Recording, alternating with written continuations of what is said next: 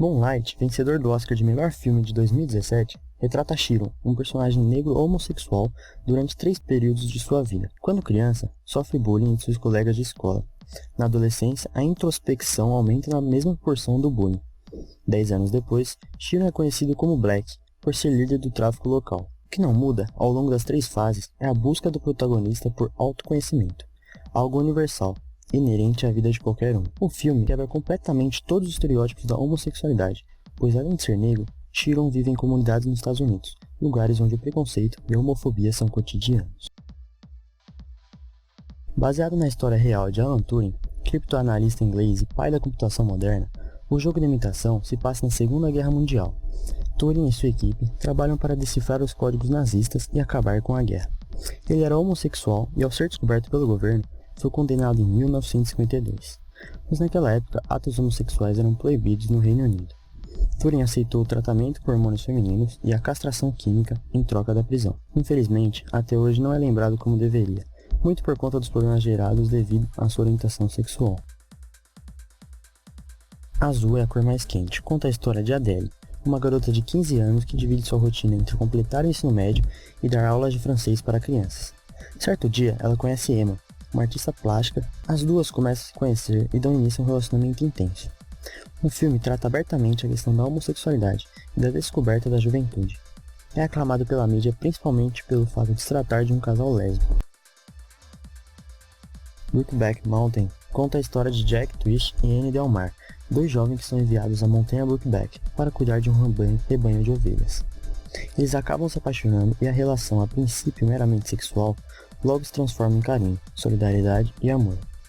Entretanto, a história se passa na década de 1960, no interior do estado de Wyoming, região marcada pelo conservadorismo até hoje, o que significa que a vida não seria nada fácil para um casal homossexual. Por conta disso, os dois se afastam quando o trabalho termina, indo cada um para um lado com a intenção de construir uma vida normal aos olhos conservadores, com esposa, filhos e trabalho. Após alguns anos, o destino trata de colocá-los novamente lado a lado para juntos construírem sua história. Com Amor, Simon conta a história de um garoto de 17 anos chamado Simon. Aparentemente, ele leva uma vida comum, porém nunca contou para ninguém que é gay. Ele se apaixona por um colega de classe anônimo na internet que também não tem coragem de se assumir. Simon começa então a conversar com esse garoto e reflete se deve ou não revelar sua orientação sexual aos demais. Este filme retrata a dificuldade que pessoas homossexuais têm em ser quem elas realmente são. A construção do personagem Simon não segue um padrão estereotipado, pois foge daquela imagem comum e explora outras camadas, mostrando que ele é normal e que não existe um estereótipo homossexual definido. Rocketman conta a trajetória de Elton John, ícone da música pop. Desde a infância complicada, fruto do descaso do pai pela família, sua história de vida é contada através da releitura de suas músicas, incluindo a relação do cantor com o compositor e parceiro profissional Bernie Taupin. O filme causou polêmica pelo fato do ator que interpretou Elton John não ser homossexual, porém, Elton veio ao público se pronunciar e defendeu o ator, alegando que ser heterossexual e interpretar um gay não tem problema algum. Me Chame Pelo Seu Nome narra os acontecimentos na vida adolescente Ellie, na casa de campo de sua família em 1983. Lá, seu pai, um especialista em cultura greco-romana, recebe o acadêmico Oliver, que viaja para ajudá-lo em sua pesquisa. Aos poucos, Ellie e Oliver se aproximam e a convivência os tornam íntimos, os sentimentos se afloram e ficam difíceis de serem escondidos. Este é mais um filme que busca a quebra de estereótipos, pois retrata a história de um adolescente na busca pela sua sexualidade, que se apaixona e se relaciona com um adulto homossexual, que é amigo do seu pai. Ben se passa na Alemanha nazista, no período que antecedeu a guerra. O protagonista é Max, um homem gay que é enviado para o campo de concentração de Dachau. Ele tenta esconder sua homossexualidade usando uma estrela amarela, que era a forma de identificar judeus em vez do triângulo rosa, usado para identificar os homossexuais. No campo de concentração, se apaixona por Horst, um prisioneiro que usa com orgulho o triângulo rosa na roupa. O filme nos mostra a intolerância que os nazistas tinham contra homossexuais e retrata claramente a busca pela aceitação, pois Horst não se preocupa em vestir o triângulo rosa, mesmo sabendo que isso pode causar sua morte. Em Milk, A Voz da Igualdade, é contada a história de Harvey Milk, um político norte-americano que assumiu publicamente a homossexualidade em 1970, sendo o primeiro homossexual assumido a ser eleito para um cargo público nos Estados Unidos. Ele entrou na política para impedir que a polícia da cidade caçasse e matasse homossexuais impunemente. The Normal Heart aborda a AIDS, apelidada de câncer gay na década de 80 e que, por preconceito, não recebe a devida atenção do governo norte-americano. Decidido a fazer com que as pessoas tomem conhecimento sobre a epidemia causada pela doença, o escritor Ned Wicks decide ir aos diversos veículos de comunicação para falar sobre o tema. Ao seu lado, Ned conta apenas com o apoio da médica Emma Bruckner, que também está alarmada com a gravidade da situação. O filme mostra o preconceito a respeito da AIDS após seu surgimento. Os homossexuais já eram vistos como pessoas doentes e diferentes, e após o surto do HIV, essa visão absurda infelizmente ganhou força. O cinema brasileiro nunca foi muito de colocar casais homossexuais na linha de frente do elenco, seja por questões conservadoras ou temores econômicos. Poucos filmes nacionais que acompanham relacionamentos gays mais a fundo, deixando de lado o estereótipo. Diante desse histórico, Flores Raras traz uma história de amor verídica, ocorrida durante a ditadura entre duas mulheres, a arquiteta brasileira Lota de Macedo Soares e a poetisa americana Elizabeth Bishop. Ao longo do filme, o relacionamento delas aumenta, mostrando ser mais um filme que briga de frente com o conservadorismo, pois se trata um casal lésbico durante a ditadura militar. Hoje eu quero voltar sozinho. É um filme brasileiro que retrata um adolescente cego chamado Leonardo. Como qualquer adolescente, ele busca sua sexualidade e autoaceitação.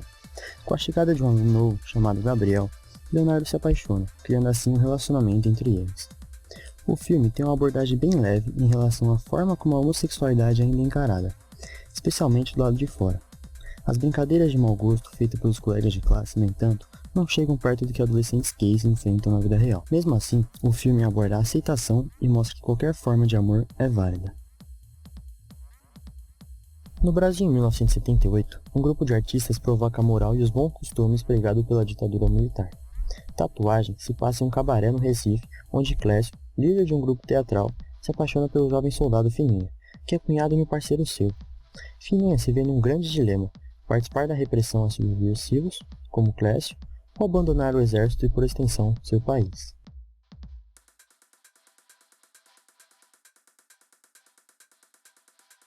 Algumas séries têm a homossexualidade como um de seus principais temas. Queer as Folk conta a história de um grupo de amigos gays que vive na Pensilvânia e fala dos direitos LGBT. No início, agentes não queriam seus atores envolvidos na produção, por isso mancharia suas carreiras. Mesmo com essas dificuldades, Queer as Folk foi um importante marco, pois estreou em uma época que contava com poucos representantes homossexuais nas séries e abriu o caminho para futuras produções. Foi também em 2000 a primeira a mostrar uma cena de sexo entre dois homens na TV americana. The L Word, que estreou em 2004, mostra a vida de amigas lésbicas, bissexuais e transexuais que vivem em Los Angeles. Pode ser considerado a versão feminina de Queer as Folk. Glee se passa em um ambiente escolar e retrata a homossexualidade com leveza e naturalidade através de Santana e Britney, que formam um casal lésbico, e Kurt e Blaine, que formam um casal gay.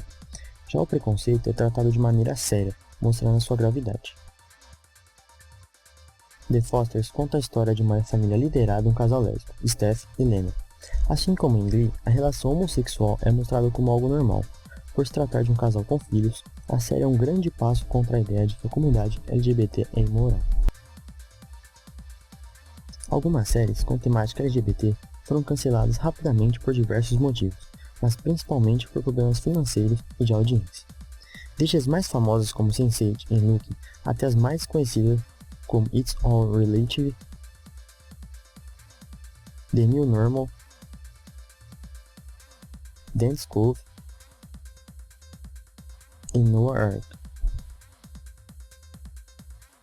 Ao analisarmos personagens homossexuais nas séries, há variações em suas representações. Em Mad Men, série que narra a vida de publicitários em Nova York na década de 1960, Salvatore Romano é gay. Mesmo sendo casado com uma mulher, ele é assediado por um cliente e o rejeita.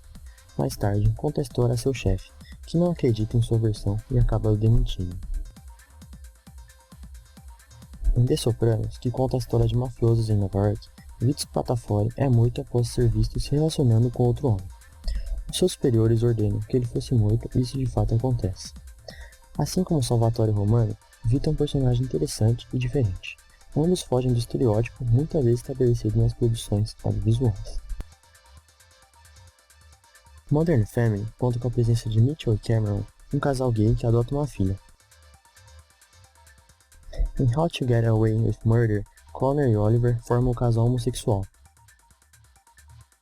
Orange is the New Black se passa dentro de uma prisão feminina e possui muitas personagens LGBT. Nas séries mais recentes, é possível notar uma diminuição no uso de estereótipos baratos, como se todo homossexual se comportasse e agisse do mesmo jeito. O uso de estereótipos e abordagens ofensivas e preconceituosas ainda estão presentes, mas há um progresso nessa questão. Como foi visto, algumas séries inovam ao representar homossexuais.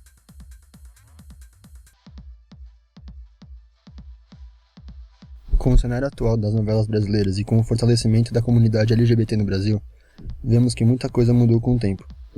Com base nos personagens homossexuais desde o início do século passado, podemos perceber como a comunidade gay sempre foi estereotipada na televisão brasileira. Os gays são apresentados nas novelas como homens afeminados e extravagantes, muitas vezes vistos como um amigo das meninas. Já as lésbicas são mostradas de uma forma um pouco mais simples, mas ainda assim apelando para a sensualidade e para o exótico. Além disso, cenas entre lésbicas normalmente são mais aceitas por parte do público do que cenas entre gays. Infelizmente, tais estereótipos são feitos com base no que a maioria dos telespectadores espera ver desses personagens. Eles são construídos e apresentados com base na forma que a sociedade aceita e espera ver esse grupo, mostrando nitidamente o preconceito contra a classe LGBT.